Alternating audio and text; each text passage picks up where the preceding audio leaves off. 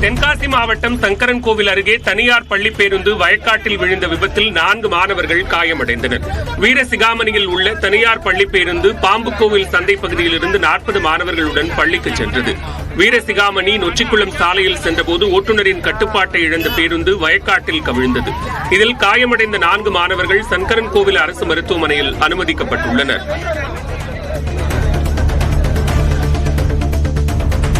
Christmas பண்டிகையின் முதல் நாளான டிசம்பர் 24ஆம் தேதியன்று கன்னியாகுமரி மாவட்டத்திற்கு உள்ளூர் விடுமுறை அறிவிக்கப்பட்டுள்ளது. அனைத்து மாநில அரசு அலுவலகங்கள் மற்றும் அனைத்து கல்லூரி நிறுவனங்களுக்கும் விடுமுறை விடப்பட்டுள்ளது. எனினும் தலைமை கருவூல மற்றும் கிளை கருவூலங்கள் அவசர பணிகளை கவனிக்கும் பொருட்டு தேவையான பணியாளர்களை கொண்டு இயங்கும் என கன்னியாகுமரி மாவட்ட ஆட்சியர் உத்தரவிட்டுள்ளார். டிசம்பர் 24ஆம் தேதிக்கு ஈடாக டிசம்பர் 28ஆம் தேதி வேலை நாளாக செயல்படும் என்றும் அறிவிக்கப்பட்டுள்ளது. வேலூர் மாவட்டம் குடியாத்தம் அருகே விவசாய நிலத்திற்குள் மக்னா யானை புகுந்ததால் 100க்கும் மேற்பட்ட வாழை மரங்கள் சேதமடைந்தன. மோட்டூர் கிராமத்தைச் சேர்ந்த மகாதேவன் என்பவருக்கு சொந்தமான வாழைத் தோட்டத்திற்குள் யானை புகுந்தது. இது அங்குள்ள வாழை மரங்களை மிதித்து சேதப்படுத்தியதால் பெரும் நஷ்டம் ஏற்பட்டுள்ளது. இதுகுறித்து வனத்துறையினர் விசாரணை நடத்தி வருகின்றனர்.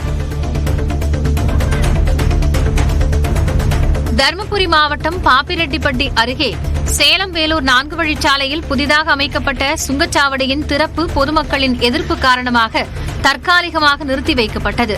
புதுப்பட்டி அருகே சேலம் வேலூர் புதிய 4 வழிச்சாலையில் சுங்கச்சாவடி அமைக்கப்பட்டுள்ளது. இதில் பள்ளிக்கூடத்து முதல் திருப்பத்தூர் வரையிலான சாலை பணிகள் முடிவுற்றன. ஆனால் மஞ்சவாடி வரையிலான சாலை பணி தற்போதுதான் தொடங்கியிருக்கிறது. எனினும் சுங்கச்சாவடியை திறக்க முடிவு செய்யப்பட்டது. இதற்கு எதிர்ப்பு தெரிவித்து பொதுமக்கள் போராட்டத்தில் ஈடுபட முயன்றதால் திறப்பு தற்காலிகமாக ஒத்திவைக்கப்பட்டது.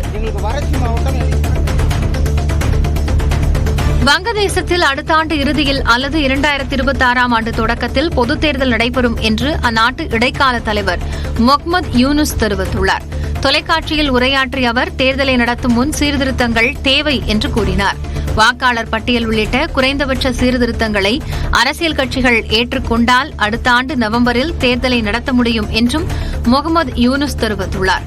வங்கதேசத்தில் மக்கள் போராட்டம் புரட்சியாக வெடித்ததால் பிரதமர் பதவியில் இருந்து கடந்த ஆகஸ்ட் மாதம் விலகிய ஷேக் ஹசீனா நாட்டை விட்டே வெளியேறினார். அதைத் தொடர்ந்து இடைக்கால தலைவராக முகமது யூனுஸ் பொறுப்பேற்றார்.